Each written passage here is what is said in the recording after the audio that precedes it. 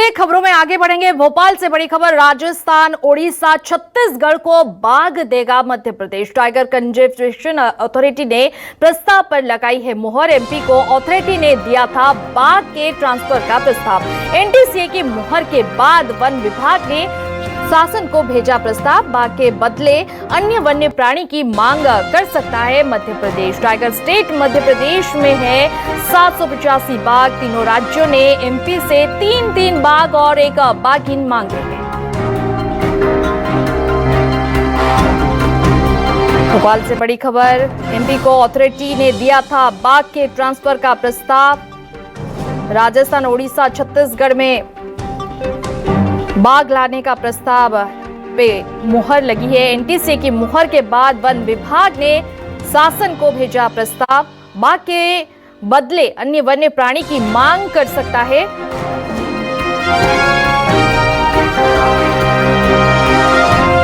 Tiger conservation authority ने प्रस्ताव पर लगाई है मुहर। इस वक्त की बड़ी खबर, एमपी को अथॉरिटी ने दिया था बाघ के ट्रांसफर का प्रस्ताव। एनटीसीए की मुहर के बाद वन विभाग ने शासन को भेजा प्रस्ताव। इस खबर पर ज्यादा जानकारी के लिए हमारे साथ जुड़ रहे हैं हमारे संवाददाता शिखिल। राजस्थान, ओडिशा और छत्तीसगढ़ की तरफ से टाइगर की डिमांड क्यों की गई?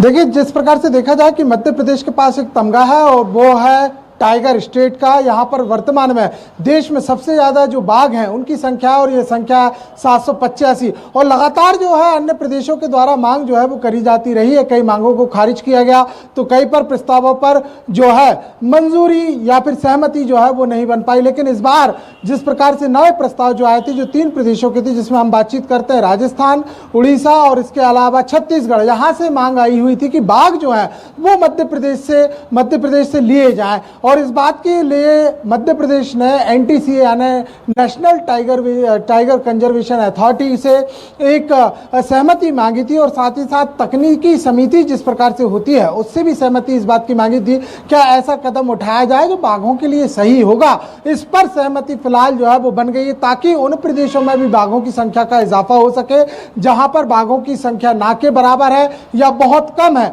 वहां भी बाघों की जो संख्या है उन्हें बसाहट, पुनर्वास जो है जिस प्रकार से वो किया जा सके। और इसी के चलते इस प्रस्ताव पर एनटीसीए ने एक मोहर लगा दी है, और इस मोहर के बाद वन विभाग ने, वन मंत्रालय ने राज्य शासन को प्रस्ताव भेजा है कि अब ये जो है स्वीकृति मिल चुकी है तो बाघ जो है वो दिए जाए। लेकिन वन विभाग ने इस बात का पाला जो है वो सरकार की ओर रखा हुआ है कि वह इस बात पर विचार कर सकता है कि वन विभाग से पूछे, अभी मत ले, क्या दूसरे बाघ लिए जा सकते हैं या दूसरे जो अन्य वन्य जीवी जो वन्य प्राणी है, माफ कीजिएगा, उन्हें कहीं ना कहीं मध्य प्रदेश लाया जा सकता है। तो इसे लेकर अब जो है मध्य प्रदेश सरकार विचार मंथन कर सकती है कि अन्य जो है, जैसे छत्तीसगढ़ की हम बातचीत करते हैं तो छत्तीसगढ़ में हाथियों की संख्या बहुत ज्यादा है, तो मध्य प्रदेश में हाथियों की संख्या जो है वो कम है। और इतना ही नहीं बल्कि बाघों की निगरानी के लिए हाथियों के द्वारा किया जाता है।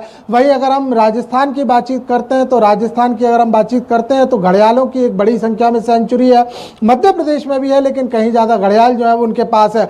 उसी प्रकार से हम उड़ीसा की भी बातचीत कर लेते हैं। तो ऐसे तमाम जो वन्य प्राणी जो मध्य प्रदेश में नहीं, उनकी बात जो है वो की जा सकती है। बीते दिनों अगर हम बातचीत करते हैं तो वर्ल्ड टाइगर डे पर मुख्यमंत्री डॉक्टर मोहन यादव ने एक बात यहां पर कही थी कि हमें कहीं ना कहीं इस बात पर भी विचार करना चाहिए कि मध्य प्रदेश में अन्य जो वन्य जीवी हैं उन्हें बसाहट की जाए, और मध्य प्रदेश से भी अन्य प्रदेशों को वन्य जीवों को बसाहट के लिए योगदान जो है वो दिया जाए, क्योंकि देश एक है और देश एक होने के कारण वन्य जीवों के संरक्षण के लिए ज्यादा पहल जो है वो की जा सकती है। राजस्थान के मुख्यमंत्री से भी जिस प्रकार से भजन लाल शर्मा जब मध्य प्रदेश के दौरे पर आए हुए थे तो उनसे भी इसी बात को लेकर चर्चा हुई थी।